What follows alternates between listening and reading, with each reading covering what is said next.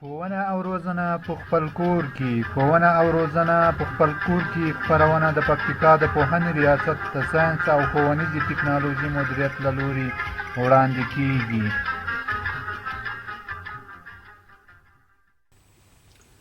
اعوذ بالله من الشیطان الرجیم. بسم الله الرحمن الرحیم. ټولګی 12 مضمون بیولوژي، موضوع موټیشن ده یا جنیټیکي ناروغي. موږ تاسو موټیشن څه ور تعریف کړو، مخکې هم کېدای تعریف شوی، خو یو ځل بیا تعریف وکړو چې موټیشن عبارت ده له ناڅاپي بدلون څخه په جینونو او کروموزوم کې یا په ارثي موادو کې له ناڅاپي بدلون څخه عبارت دی. موټیشن ناڅاپي بدلون دی. ناڅاپي دا معنا چې یو جین روغ جوړي هیڅ مشکل نه دی، خو کله چې جین انتقالي چې په وخت انتقال کې جین موږ تاسو وایو چې جین له څه شي نه جوړ ده؟ جین نیوکلیوټاید ده.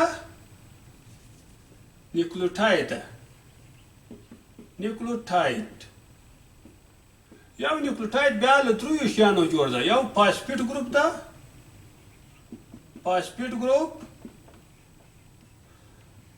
یو عضوي القلي ده، او یو 5 کاربونه قند یا فینتوز ده. ډي اوکسي رایبوز به ولیکو، ډي اوکسي رایبوز. نو ګورئ دلته جین څه شو؟ یوه کیمیاوي ماده شوه. دا یو نیوکلیوټاید نه کېدای 3 نیوکلیوټاید سره یو ځای شي او یو کوډ انتقال کړي. دلته فاسفیټ ګروپ، عضوي القلي، ډي اوکسي رایبوز په دغه جین کې یو له بل سره کیمیاوي رابطې لري، یو له بل سره وصل دي. دغه درې کله چې دغه درې سره یو له بل سره وصل دي، دا په صحیح شکل باندې وصل دي. خو کله چې موږ تاسو ته حجروي ویش یایو، څه وایو؟ حجروي ویش یایو. حجروي ویش دا په دوه ډوله ده. یو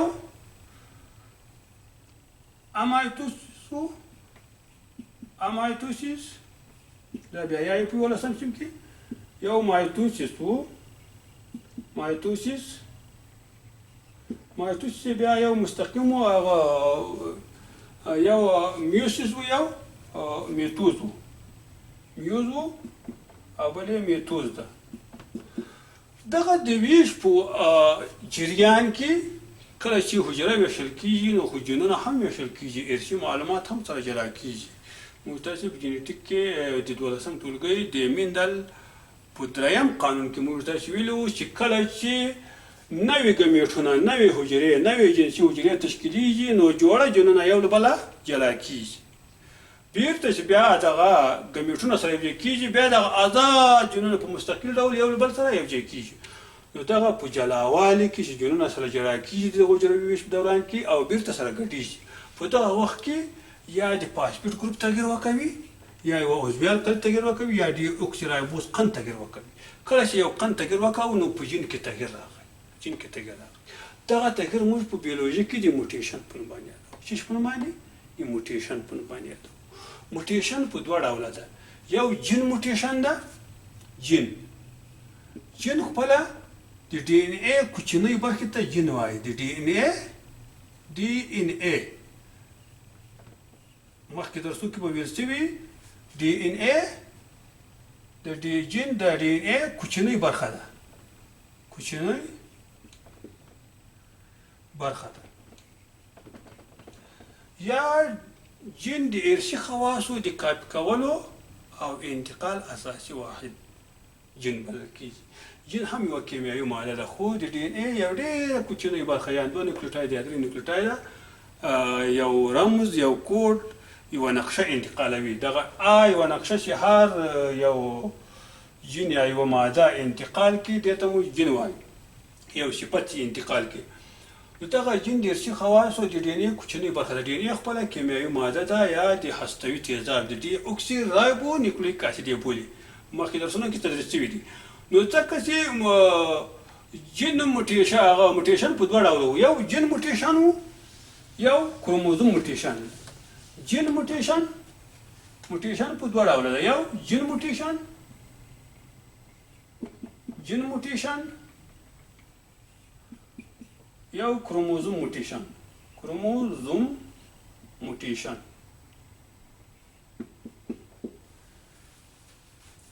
جین موټیشن دا معنا چې د کروموزوم په یوه کوچنۍ برخه کې تغیر منځته راشي، په یوه نقطه کې تغیر منځته راشي. نقطه دې ته نقطه‌یي موټیشن یا پونټ موټیشن هم ورته وایي. په یوه نقطه کې چې تغیر منځته راشي، لکه ما چې درته وایي چې په یو نیوکلیوټاید کې تغیر منځته راغی یا په دوه نیوکلیوټاید کې تغیر منځته راغی، دې ته جین موټیشن وایي. د کروموزوم په یوه ډېره کوچنۍ برخه کې چې هغه جین ده چې په هغه کې یا د ډي ان اې په یوه ډېره کوچنۍ برخه کې تغیر منځته راشي، دغه ډول موټیشن ته جین موټیشن وایي. دغه موټیشن د جین په واسطه باندې صورت نیولی ده. دغه مثالونه یو شی دی د وینې کموالی. د وینې کموالی دا د جین موټیشن څخه منځته راځي. یا سیل انیمیا په نوم باندې یوه ناروغي ده. دا ناروغي د جین موټیشن په واسطه باندې منځته راځي. د وینې کموالی جین موټیشن. جین موټیشن دغه د وینې کموالی دا معنا چې سره کرویات په بدن کې سره کرویات دي، سره کرویات یا سرې حجرې یا ایریتروسایت ورته وایي. دغه سره کرویات په خپل جوړښت کې یوه ماده لري په نامه د هیموګلوبین باندې یادېږي. هیموګلوبین په نوم باندې یادېږي. ګلوبین. دغه هیموګلوبین بیا له دوه ډوله زنجیر نه جوړ ده. یو الفا زنجیر ده د امینو اسیدونو نه، الفا زنجیر ده، یو بیتا زنجیر ورته وایي، بیتا زنجیر ده. او دغه خپله دوه برخې لري، هیمې ده، هیم دا غیر پروتینی برخه ده، غیر پروتینی برخه ده. او بل ګلوبین ده. ګلوبین څه ده؟ ګلوبین پروتین ده. یعنی دغه رنګ چې هم کې بیا خپله اوسپنه شامله ده، اف ای اوسپنه شامله ده. دا مثبت 2 تحویل ولانس لري او 3 ولانس لري. نو دغه اوسپنې په کومک سره په واسطه سره بیا اکسیجن د بدن ټولو برخو ته انتقالوي. نو اوس که چېرته په هیموګلوبین کې په دغه زنجیرو کې تغیر منځته راشي، دا بیتا زنجیر کې تغیر منځته راشي، نو خپله دغه د بیتا زنجیر هم د جین په واسطه باندې جوړېږي. چې په واسطه باندې جوړېږي، د جین په واسطه باندې جوړېږي. که چېرته په دې جین کې تغیر منځته راغی، په دغه جین کې نیوکلیوټاید کې تغیر منځته راغی، کله چې تغیر منځته راغی خو په دې زنجیر کې هم تغیر منځته راغی. کله چې زنجیر کې تغیر منځته راغی نو په سره کرویات کې هم تغیر منځته راغی. سره کرویات خو کروي شکل لري، دا رقم شکل لري. دغه شکل یې نیمګړی شو، داسې راغی، داسې نیمګړی شو، لکه د لور غوندې داسې د ارې غوندې داسې شکل یې راغی، نیمګړی شو. کله چې نیمګړی شو نو دغه نیمګړتیا د په ارث باندې واخیستله له مور او پلار نه. د مور او پلار له کروموزوم باندې به یو جین و چې هغه به کیدای شي موټیشن په حالت کې و. نو دا په دې حالت کې چې دغه ناروغي واخیستله، اوس دغه سره کرویات یا سره حجره اکسیجن په صحیح ډول باندې نشي انتقالولی. کله چې اکسیجن په صحیح ډول باندې نشي انتقالولی نو هغه کسان چې په دې رنګ اخته دي د هغوی د بدن دردونه یې همیش لپاره یې دردونه یې، کله کله یې بدن تک شین شي، کله کله ساه یې بندېږي هغه کسان، او کله کله دغه د زړه د ناروغیو یا نور ناروغیو سبب هم کېدلی شي. ځکه دغه په رګونو کې په صحیح ډول باندې حرکت نشي کولی، په د وینې فشاري عروقو کې بندېږي او د وینې د فشار د لوړوالي سبب ګرځي. دا یو ډول ناروغي ده چې د جین موټیشن په واسطه باندې منځته راځي. بل ډول ناروغي د جین موټیشن په واسطه باندې منځته راځي، سیسټیک فیبروسیس ورته وایي. سیسټیک فیبروسیس ورته وایي. فیبروسیس دا هم یو ډول ناروغي ده چې د جین موټیشن په واسطه باندې منځته راځي. یعنې د کروموزوم د پاسه د جین یا د ډي ان اې یوه کوچنۍ برخه له خپل نارمل حالت څخه تغیر ورکوي. نو خپله د دغې ناروغۍ اثرات په څه کې معلومېږي؟ اثرات یې په سوژو باندې کې ځکه په سوژو کې هوایي کڅوړې دي. دغه هوایي کڅوړې بیا د برانشیلونو سره تړلې دي. په دغو هوایي کڅوړو کې بیا دلته مخاطي غشاوې دي. دغه مخاطي غشاوې د برونش او د هوایي کڅوړو د لوند ساتلو لپاره دوی خپله په ایس کې داسې نقشه لري چې دغه د ایس له لارې د شی کوي، ایس یا د دې جین له لارې دلته مایعات خپله د هوایي کڅوړو ته ور داخلي شي. خو دا مایعات کنټرولي بې کنټروله نه وي. کله چې دا مایعات دغه جین کې تغیر منځته راغی، دغه مایعات چې ترشح کوي په دغو مایعاتو په جین کې که چېرته تغیر راشي، موټیشن منځته راشي. د دغو مایعاتو په جین کې که چېرته د حجروي غشا د جین کې کله چې تغیر منځته راشي، نو مایعاتو کې هم تغیر منځته راځي. دا مایعات زیاتیږي. کله چې مایعات زیات نو دغه هوایي کڅوړې او دغه برانشیلونه یا دا واړه نلونه چې هوایي لارې دي، دغه له دې مایع څخه ډک کېږي. دې مایع ته موږ بیا په بیولوژي کې بلغم یایو. دغه بلغم بیا خپله د ماشومان په تنفسي ناروغیو اخته کېږي. د تنفس په صحیح کشلو او صحیح داخلولو، د اکسیجن په صحیح داخلولو، د کاربن ډای اکساید صحیح خارجولو باندې توانمندي کمیږي. نو دغه یوه ناروغي منځته راځي، دلته بلغم زیاتېږي. دغه هوایي کڅوړې دغه بلغم ونیسي او دلته یوه ناروغي منځته راشي چې دې ناروغۍ ته موږ سیستیک فیبروسیس ناروغي وایو. دغه ناروغۍ هم د جین موټیشن په واسطه باندې منځته راځي چې دلته د دغو بلغمو تېرول یو تاوان دا هم ده چې هضمي بې نظمي یا د هضم ناهضمي دغه هم منځته راوړي. دا هم په ارثي ډول باندې انتقالي دي او علاج نه لري، ځکه چې دغه جین غیر نارمل ده، نارمل نه ده، په صحیح ډول کار نشي کولی. بل جین موټیشن یوه بله ناروغۍ ده، هیموفیلي ورته یایي، هیموفیلي په نوم باندې یادېږي. دغه د هیموفیلي ناروغۍ ده هم جین موټیشن ده. د دې په واسطه هم هغه کسان یا هغه خلک چې وینه یې نه ټینګېږي، وینه یې نه لخته کېږي، د وینې د لخته کېدلو یا ټینګېدلو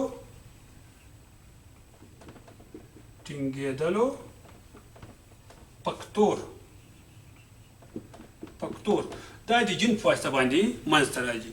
که چېرته دغه جین دغه د وینې د لخته کېدلو فکتور چې په بدن کې جوړوي یا یې منځته راوړي، که چېرته دغه جین خراب و، دا جین مریض و، دا جین غیر نارمل و، جوړښت یې صحیح نه و، نو دغه فکتور چې دا وینه ټینګوي، دغه فکتور په وینه کې نه تولیدېږي. کله چې په وینه کې دا فکتور یا دغه ماده، دا پروتیني ماده تولید نه شوه، نو هغه کسان وینه به نرۍ ټینګېږي به نه. که معمولي زخم ورته پیدا شي، وینه به جریان پیدا کوي، بهیږي به درېږي به نه، ځکه د وینې لخته کېدا فکتور هلته موجود نه ده. ولې نه ده موجود؟ ځکه دغه جین غیر نارمل ده، هغه فکتور نشي تولیدولی. نو بیا د جین د تخنیک په واسطه باندې یا د جین د تخنیک د جوړښت د جینټیک انجینري په واسطه باندې دغه د هیموفیلي د ناروغۍ دا ماده جوړه شوې ده چې هغه بیا د خولې له لارې یا د ګولۍ د پیچکاري له لارې ورکول کېږي او هغه وینه یې ټینګوي. خو خپله په طبیعي ډول باندې وینه د ټول ژوند لپاره همداسې نرۍ پاتې کېږي او وینه یې نه ټینګېږي. بل کروموزوم موټیشن ده. کروموزوم موټیشن په دوه ډوله ده. یو د کروموزوم په جوړښت کې تغیر ده، د کروموزوم په جوړښت کې تغیر، یو د کروموزوم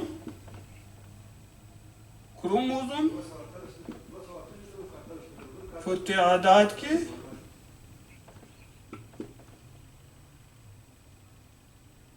تغییر ده تغییر ده یا به زیاتیږي یا به کمیږي کروموزوم موټیشن په دوه ډوله ده یو ته یې انیوپلویدي یایي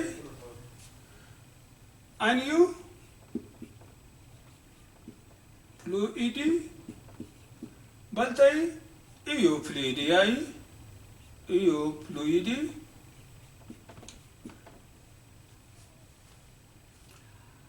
انیپلویدي او ایوپلویدي د دغو دواړو ترمنځ فرق شی ده ښه موږ اول راځو د کروموزوم په جوړښت کې کروموزوم موټیشن چې د کروموزوم په جوړښت کې تغییر منځته راځي دا بیا په څلور ډوله ده څو ډوله ده په څلور ډوله ده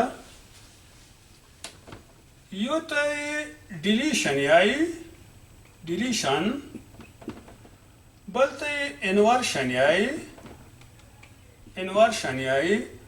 بل ته یې ډوپلیکیشن یایي بل ته یې ترانسلوکیشن یایي